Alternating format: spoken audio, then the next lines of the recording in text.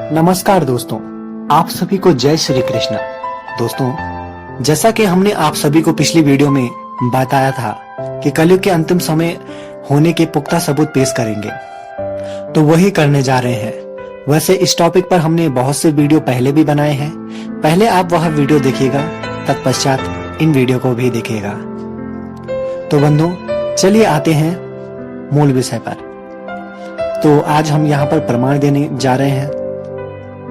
पहला प्रमाण यह है कि जब कलयुग का अंत समय आएगा और सतयुग शुरुआत होने वाला होगा, तब नक्षत्रीय गठबंधन होगा, जैसा श्रीमद् भागवत महापुराण में लिखा है। जिस समय चंद्रमा, सूर्य और बृहस्पति पुष्प नक्षत्र में स्थित होकर एक राशि पर एक साथ आ जाएंगे, तो उसी समय से युग की शुरुआत व युग प्रक्रिया में परिवर्तन आने को दिख जाएगा।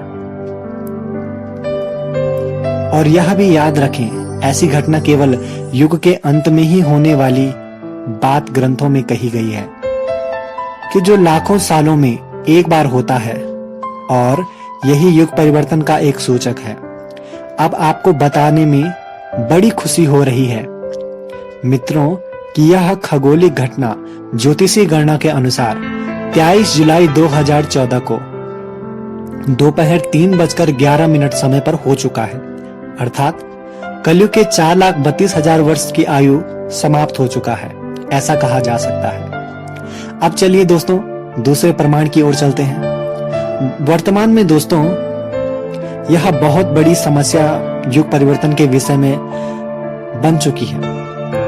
इस युग की आयु कितनी है, कब से शुरू है, इस समस्या के कारण लोग अपनी तरफ से तर्क वितर्क दे रहे हैं, जैसा कि वर्तमान में देखा जा रहा है।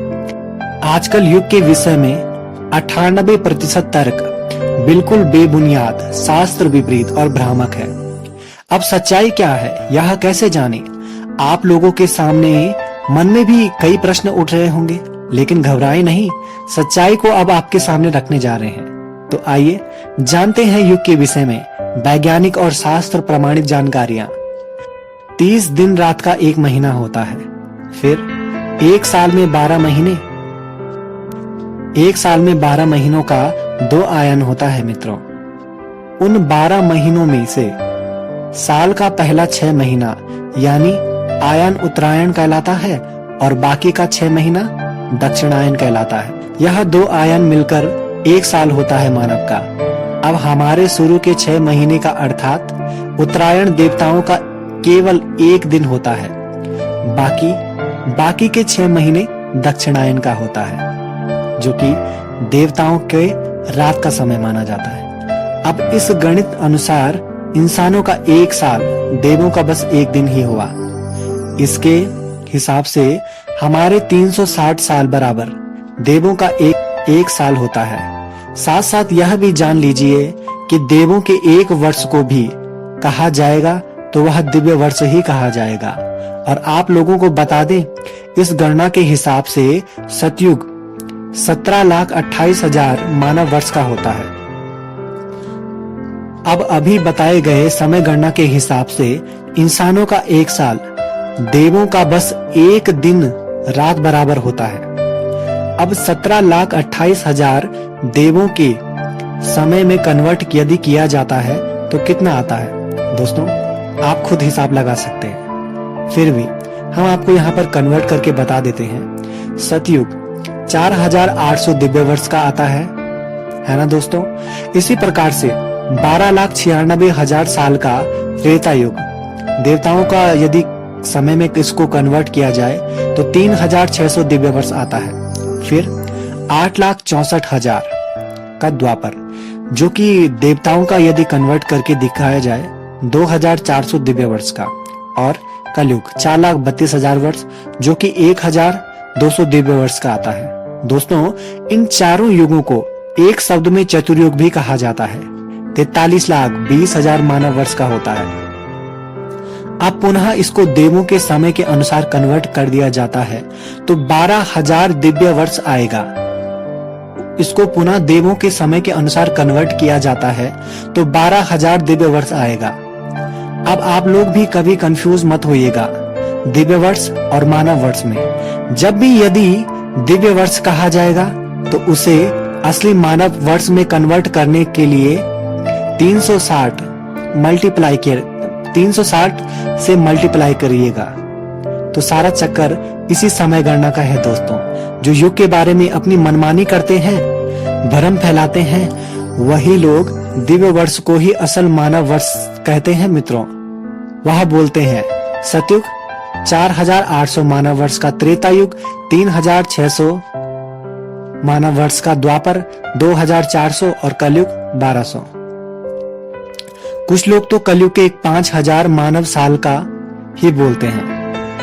बिल्कुल गलत है मित्रों, जबकि हमने आप लोगों को अभी सब कुछ बता दिया है कि अंतर बस मानव वर्ष और देव वर्ष का है।